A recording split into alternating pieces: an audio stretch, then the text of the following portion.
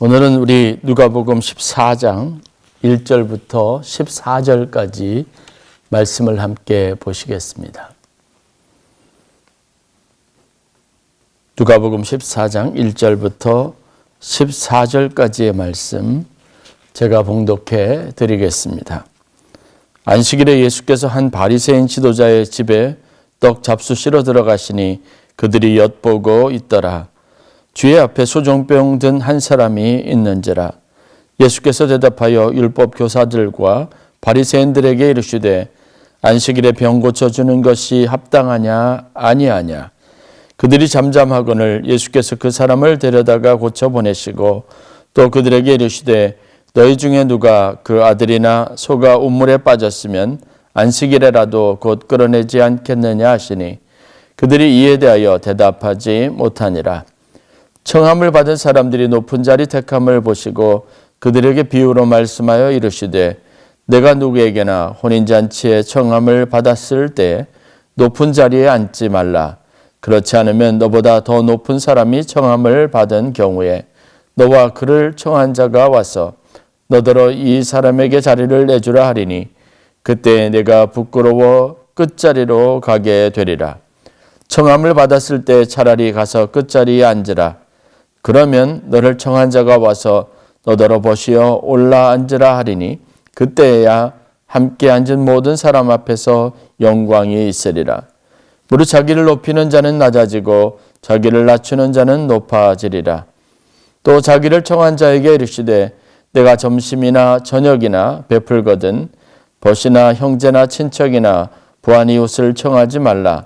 두렵건대 그 사람들이 너를 도로 청하여 내게 가품이 될까 하노라. 잔치를 베풀거든 차라리 가난한 자들과 몸 불편한 자들과 저는 자들과 맹인들을 청하라. 그리하면 그들이 갚을 것이 없으므로 내게 복이 되리니 이는 의인들의 부활 시에 내가 가품을 받겠습니다 하시더라. 아멘. 오늘은 여러분들과 함께 내게 복이 되는 일이라는 제목으로 잠시 은혜를 나누도록 하겠습니다. 우리 인생을 살아가면서 가장 힘들고 어려운 것이 있다면 그것은 바로 선택해야 하는 순간이라고 할 수 있습니다. 그 선택에 따라 인생이 많이 달라질 수 있기 때문에 그렇습니다. 이것을 해야 할지 아니면 저것을 해야 할지, 이 일을 하는 것이 옳은지 아니면 다른 일을 하는 것이 옳은지 늘 혼란 속에 있습니다. 선택해야 하는 상황들이 생기지 않기를 바라는 마음으로 사는 사람들도 많이 있습니다. 그러나 그럼에도 불구하고 선택은 인생에서 필연적인 우리가 피할 수 없는 순간이고 삶의 과제라고 할 수 있습니다. 어떤 식으로든 우리는 선택을 해야 하고 그 선택에 대한 결과를 책임을 져야 하는 삶을 살아갈 수밖에 없습니다. 그런 관점으로 보면 신앙인으로서 우리가 올바른 선택, 지혜로운 선택을 하기 위해서 우리가 말씀에 좀 더 관심을 가지고 귀를 기울일 필요가 있습니다. 신앙을 가지고 믿음 생활하는 것은 더 나은 선택을 하기 위한 우리의 중요한 결단이기도 하기 때문에 그렇습니다. 믿어서 하나님을 아는 믿음을 가져서 성경을 배워서 또 신앙을 갖고 구원을 받고 예수 그리스도를 믿고 제자가 되어서 우리가에게 유익한 것이 있기에 우리는 믿는 자, 즉 그리스도인이 되기로 선택을 한 것이기도 합니다. 그렇다면 그 선택을 위해서 우리는 반드시 우리의 선택이 옳게 하기 위한 분명한 진리와 가르침과 교훈을 늘 마음에 새기고 그것을 기준으로 선택을 바르게 할 수 있어야 합니다. 예수를 믿는다고 하는 것은 예수님의 가르침을 따른다고 하는 결단의 의미를 포함하고 있습니다. 신앙생활하는 것도 마찬가지입니다. 신앙생활하는 사람들이 누리는 여러 가지 복된 것, 또 삶의 축복, 좋아 보이는 여러 가지 많은 일들이 있는데 그것은 단순히 그렇게 우연히 되어진 일이 아니라 그들이 신앙생활을 하고 그렇게 살기로 결단하고 그래서 믿음의 도리를 따라 살아와서 그들에게 얻은 삶의 축복이자 결과물이라고 할 수 있습니다. 그러므로 오늘 우리는 선택의 문제에 대해서 그리고 그 선택을 하는 데 있어서 주님의 말씀과 가르침을 따르는 그 문제에 대해서 좀 더 집중력 있게 말씀을 통해서 어떤 중요한 가르침과 교훈을 얻을 수 있어야 합니다. 오늘 본문에서 우리는 세 가지의 사건과 관련되어져 있는 예수님의 가르침을 보게 됩니다. 14장 1절에 안식일이었을 때 예수님께서 안식일을 지키기 위해서 한 바리새인 지도자의 집으로 가셨습니다. 그리고 거기에서 바리새인 집에서 율법 교사들과 바리새인들에게 어떤 가르침을 주시는 이야기가 기록이 되어져 있습니다. 이 집에 들어가셨을 때 난치병을 앓고 있는 한 병자를 만나게 됩니다. 성경은 수종병이 든 한 사람이라고 기록하고 있습니다. 수종병은 난치병으로서 혈청에서 생성되는 독소가 장으로 흡수되어서 인체에 치명적인 그런 질병을 가져다 주는 그런 병을 말합니다. 그래서 몸이 붓습니다. 늘 언제나 기력이 없어서 힘들고 어려운 삶을 살아야 합니다.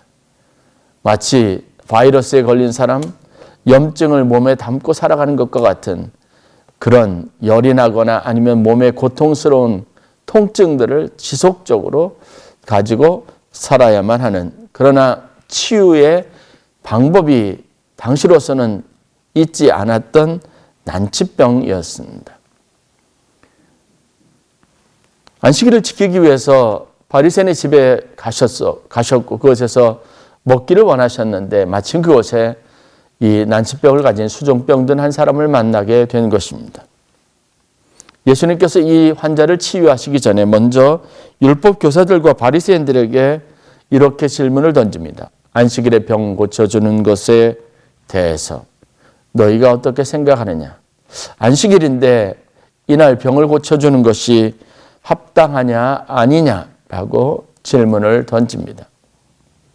먼저 행동할 수 있음에도 불구하고 예수님이 판단하셨던 또 이전에 행하셨던 것처럼 그냥 그 병자를 고쳐주면 당연한 것임에도 불구하고 이때 예수님께서는 특별히 이들에게 율법교사와 바리새인들에게 안식일 날인데 오늘 이 사람을 고쳐주는 것이 합당하냐 아니냐라고 질문을 던지고 그들이 선택하도록 하셨다고 하는 겁니다. 그들은 아무 말도 또 아무 대답도 하지 않았습니다. 잠잠했다 이렇게 성경에 기록하고 있습니다. 그러자 예수님께서 이 사람을 데려다가 고쳐주십니다. 그리고 이렇게 말씀을 하시는 겁니다. 또 그들에게 이르시되 너희 중에 누가 그 아들이나 소가 우물에 빠졌으면 안식일에라도 곧 끌어내지 않겠느냐 하시니. 안식일이지만 지금 급박한 삶의 문제, 고통의 문제를 가지고 있는 사람이 여기 있다는 겁니다. 만약 그들이라도, 즉 율법교사나 바리새인들이라도 자기와 아주 가까운 아들이나 자기가 소중히 여기는 가축이 물에 빠져서 당장 죽게 되는 급박한 상황이 펼쳐지게 되면 그들도 안식이라고 하는 그 날보다 그들의 생명을 구원하는 일에 먼저 당연히 관심을 가지고 그렇게 행했을 것이라는 사실을 지적한 것입니다.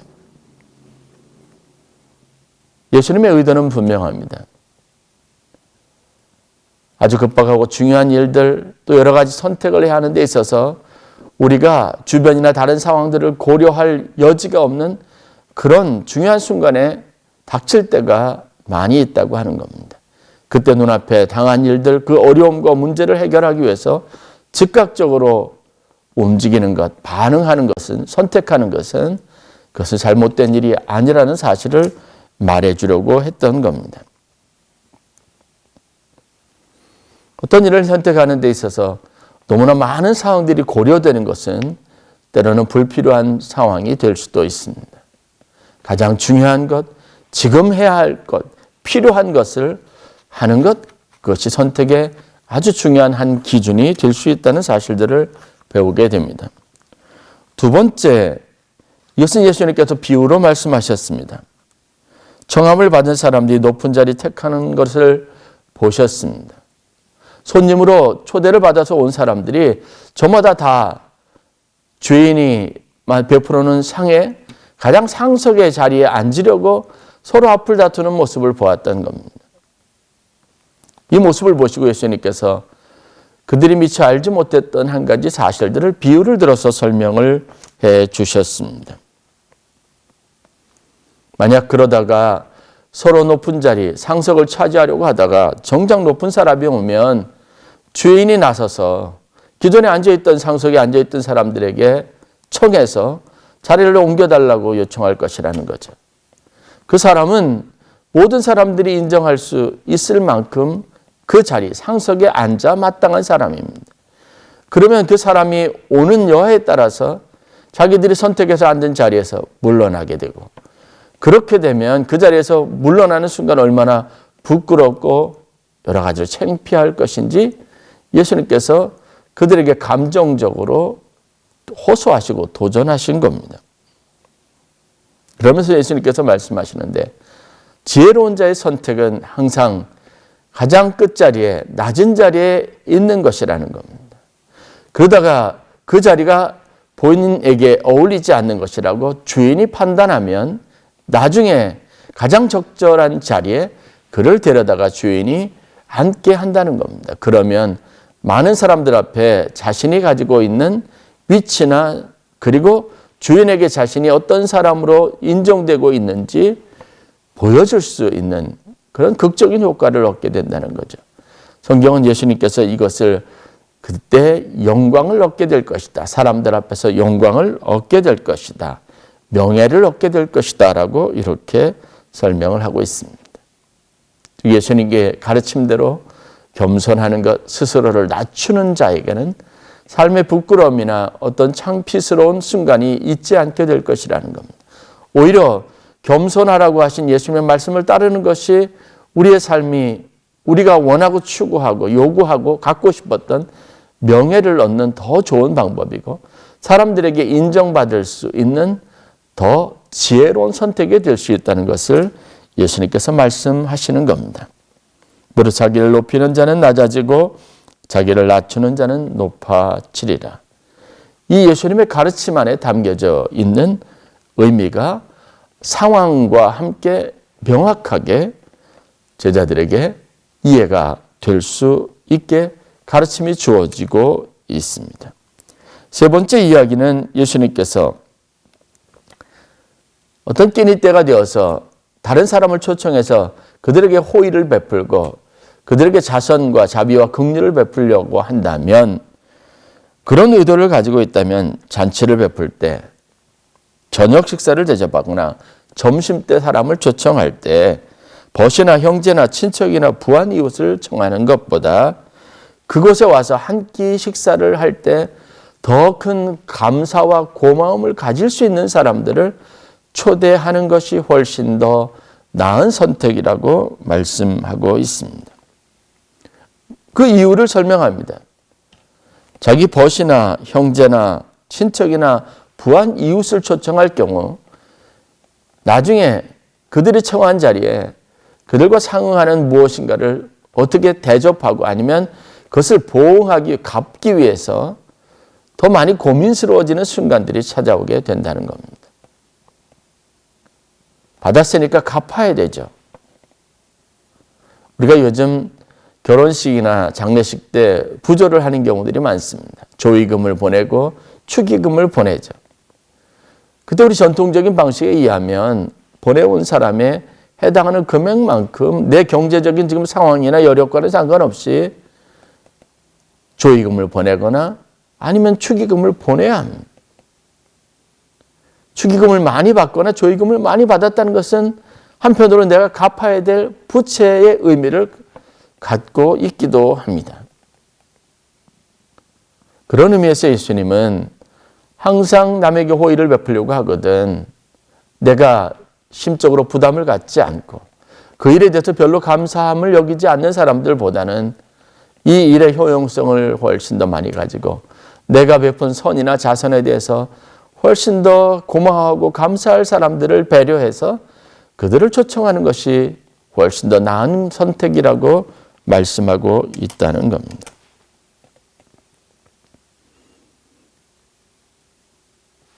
저는 오늘 예수님의 이 말씀을 통해서 세상의 지혜와 하나님의 말씀이 가지고 있는 지혜에 대한 분별력에 대해서 여러분들과 함께 생각해 보려고 합니다. 우리가 따르려고 하는 일반적인 지혜, 즉 세상적인 세속적인 상식이라고 하는 것을 가만히 생각해 보면 그것은 참으로 어리석은 것일 때가 참 많이 있습니다. 그것이 가지고 있는 의미, 그것을 충분하게 고려하지 않고 자기 마음과 생각대로 섣부른 판단을 따라서 그렇게 선택해서 나중에는 곤란하게 되는 경우 의도하지 않았던 결실과 열매를 맺지 못하는 그런 상황에 이를 때가 참 많이 있다고 하는 사실입니다. 그러나 오늘 예수님의 말씀대로 우리는 우리의 선택의 문제에 대해서 하나님이 주신 지혜를 따르려고 하는 이 점에 있어서 좀 더 신중하고 좀 더 말씀에 순종적인 태도를 취해야 할 필요를 느끼게 됩니다. 왜냐하면 하나님의 지혜는 우리를 복되고 유익하게 하는 내게 더 복된 그런 많은 아름다운 선택들이 그 안에 담겨져 있기 때문에 그렇습니다. 록펠러가 어린 시절에 어머니와 함께 길을 가다가 우연찮게 어려운 사람들을 도와주게 됩니다. 어린 소년의 이 착한 행동을 옆에서 지켜보고 계시던 가게를 운영하시는 한 아저씨가 기특해서 록펠러를 부릅니다. 그리고 자신의 상점에서 팔고 있는 사탕통을 가리키면서 내가 원하는 만큼 집어가라 라고 말합니다. 록펠러의 행동, 선한 행동에 대해서 격려하고 칭찬해주고 싶은 마음이 있었던 거죠. 그런데 록펠러가 이 아저씨에게 다가가서는 머뭇머뭇거리고 그 사탕을 가져가지 않습니다. 주인이 몇 번 마음껏 가져가라고 이야기하자 록펠러가 이 주인에게 말합니다. 아니요, 그냥 아저씨가 집어주세요. 이 이야기를 가만히 듣던 상점 주인이 참 어린 소년이 기특하다라는 생각이 든 겁니다. 네가 좋아하는 것 원하는 만큼 가져가라. 다시 말했지만 록펠러는 한사코 거부하면서 아니에요. 그냥 아저씨가 주세요. 집어주세요. 라고 요청을 합니다. 이 상점 주인이 어떻게 했을까요? 상점 주인은 이 어린 소년, 어린 록펠러가 하는 행동이 너무 기특해서 자기 마음에 큰 기쁨을 가지고 생각했던 것보다 훨씬 더 많은 사탕을 두 손 가득 쥐어서 이 록펠러에게 전달해 주었습니다. 그리고 한 손으로 한 번 더 집어서 이 기특한 록펠러의 손에 쥐어줬습니다. 록펠러는 받고는 감사하다는 인사를 하고 그 상점을 나왔습니다. 옆에서 이 모습을 가만히 지켜보던 어머니가 자기 아들이 너무 대견스러웠습니다. 머리를 쓰다듬어주면서 이 어린 록펠러를 칭찬합니다. 록펠러 참 기특하구나. 어쩜 그렇게 욕심도 내지 않고 그렇게 할 수 있니? 라고 말했습니다. 이때 소년 록펠러가 어머니에게 이렇게 대답을 합니다. 어머니, 내 손보다 저 아저씨의 손이 훨씬 더 크잖아요.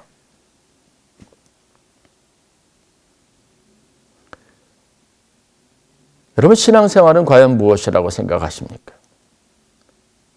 신앙생활은요, 내 능력 안에서 내 필요를 채우는 것에 초점이 맞춰져 있지 않습니다. 록펠러가 가지고 있는 이 아주 작은 행동, 그 안에 담겨져 있는 지혜를 생각해 보면 우리도 하나님 믿고 하나님 앞에 신앙생활할 때 우리가 할 수 있는 것, 우리가 얻을 수 있는 것에 집착하기보다 하나님이 우리에게 주실 수 있는 것에 좀 더 열린 마음을 가지고 그렇게 기도하고 구하려는 태도를 가질 필요가 있습니다.